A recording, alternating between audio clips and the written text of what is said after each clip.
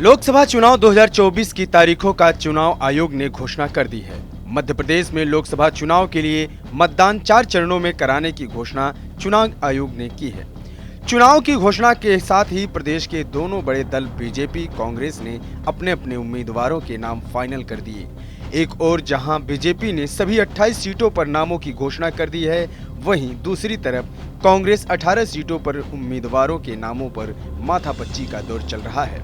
साल 2019 के लोकसभा चुनाव की बात की जाए तो बीजेपी ने जहां 29 में से 28 सीटें जीती थीं, वहीं कांग्रेस ने एकमात्र सीट छिंदवाड़ा जीती थी। 2024 के लोकसभा चुनाव में मध्य प्रदेश के जो सीटें चर्चा में बनी रही, उन पर आइए एक नजर डालते हैं। गुना लोकसभा सीट। 2024 के लोकसभा चुनाव में मध्य प्रदेश की गुना लोकसभा सीट हर किसी के नजरें लगी हुई हैं। 2019 में केंद्रीय मंत्री ज्योतिरादित्य सिंधिया इस सीट पर 12 लाख से ज्यादा वोटों से हार चुके हैं।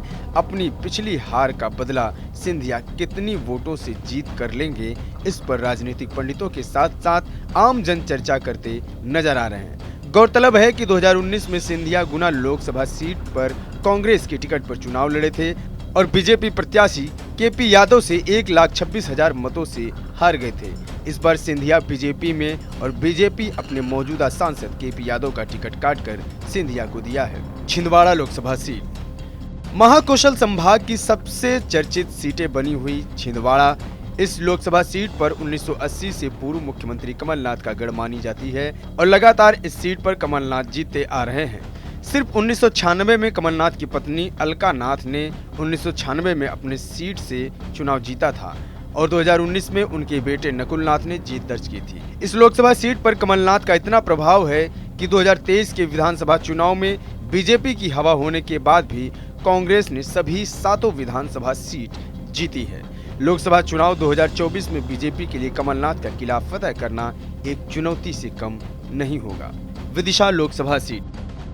ये सीट पूर्व सीएम शिवराज सिंह चौहान के प्रभाव वाली है। इस सीट से 2 दशक के बाद लोकसभा चुनावी अखाड़े में उतर रहे हैं। 2024 के लोकसभा चुनाव में भाजपा ने उनको विदिशा लोकसभा सीट से टिकट दिया है। इस बार वह अपना 6ठा संसदीय चुनाव लड़ेंगे। अटल बिहारी वाजपेयी 1991 और सुषमा स्वराज 2009 और 2014 के चुनाव में इसी लोकसभा सीट से निर्वाचित हो चुके हैं। शिवराज सिंह चौहान का गृह क्षेत्र पुधनी है। विदिशा लोकसभा सीट में ही आती है। इस सीट से कांग्रेस ने 1967 के बाद से केवल 2 बार 1980 और 1984 में चुनाव जीता है। चौथी सीट है भोपाल लोकसभा सीट। मध्य प्रदेश की राजधानी भोपाल। ये लोकसभा सीट 1989 से भाजपा के कब्जे में रही है। कांग्रेस इस सीट पर 1989 से चुनाव जीतने के लिए तरस गई है। इस सीट पर 1999 के लोकसभा चुनाव में बीजेपी प्रत्याशी नेता उमया भारती ने जीत दर्ज की थी और 2004-2009 के लोकसभा चुनाव में पूर्व सीएम कैलाश जोशी लगातार 2 बार भोपाल लोकसभा सीट पर जीत दर्ज कर चुके हैं।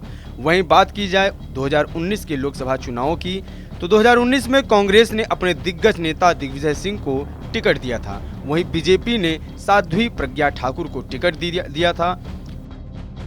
मुकाबला एक तरफा रहा। पूरे चुनाव अभियान में प्रज्ञा ठाकुर दिग्विजय सिंह पर भारी पड़ी थी और उन्होंने दिग्विजय सिंह को 3.65 मतों से हराकर बड़ी जीत दर्ज की थी। 5वां सीट है टीकमगढ़ लोकसभा सीट।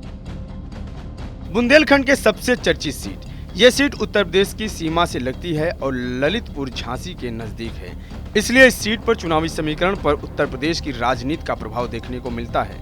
केंद्रीय मंत्री वीरेंद्र कुमार इस सीट से सांसद हैं। 2024 के लोकसभा चुनाव में बीजेपी ने उनको चौथी बार चुनावी मैदान में उतारा है। वीरेंद्र कुमार इस सीट से 2004 से लगातार जीतते आ रहे हैं। 6वीं सीट है खजुराहो लोकसभा सीट। बुंदेलखंड की दूसरी सबसे चर्चित सीट है खजुराहो लोकसभा सीट। इस सीट से प्रदेश भाजपा अध्यक्ष वर्तमान सांसद विष्णु दत्त शर्मा को फिर से टिकट दिया गया है। वीडी शर्मा दूसरी बार इस सीट से लोकसभा चुनाव लड़ने जा रहे हैं। इसी सीट पर भाजपा 2004 से कब्जा बना हुआ है।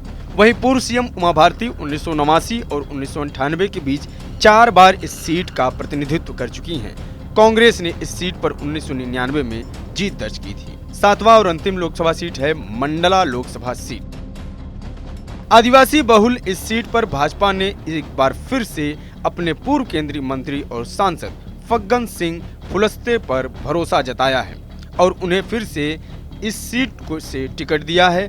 फग्गन सिंह कुलस्ते नवंबर 2023 का विधानसभा चुनाव हार चुके हैं। उन्होंने केंद्रीय मंत्री और लोकसभा सदस्य रहते हुए मंडला विधानसभा सीट से चुनाव लड़ा था। अब एक बार फिर इसी सीट से वह चुनावी मैदान में हैं। फग्गन सिंह कुलस्ते 2009 को छोड़कर साल 1996 के बाद से लगातार इस सीट से लोकसभा चुनाव जीतते रहे हैं। 2009 में कांग्रेस उम्मीदवार बसोरी सिंह मसराम ने उन्हें हराया था। कांग्रेस ने फग्गन सिंह कुलस्ते के खिलाफ डिंडोरी से मौजूदा विधायक और मंडला के पूर्व मंत्री ओमकार सिंह मरकाम को चुनाव मैदान में उतारा है। इस तरह इस सीट पर चुनावी जंग बेहद रोचक हो गई है।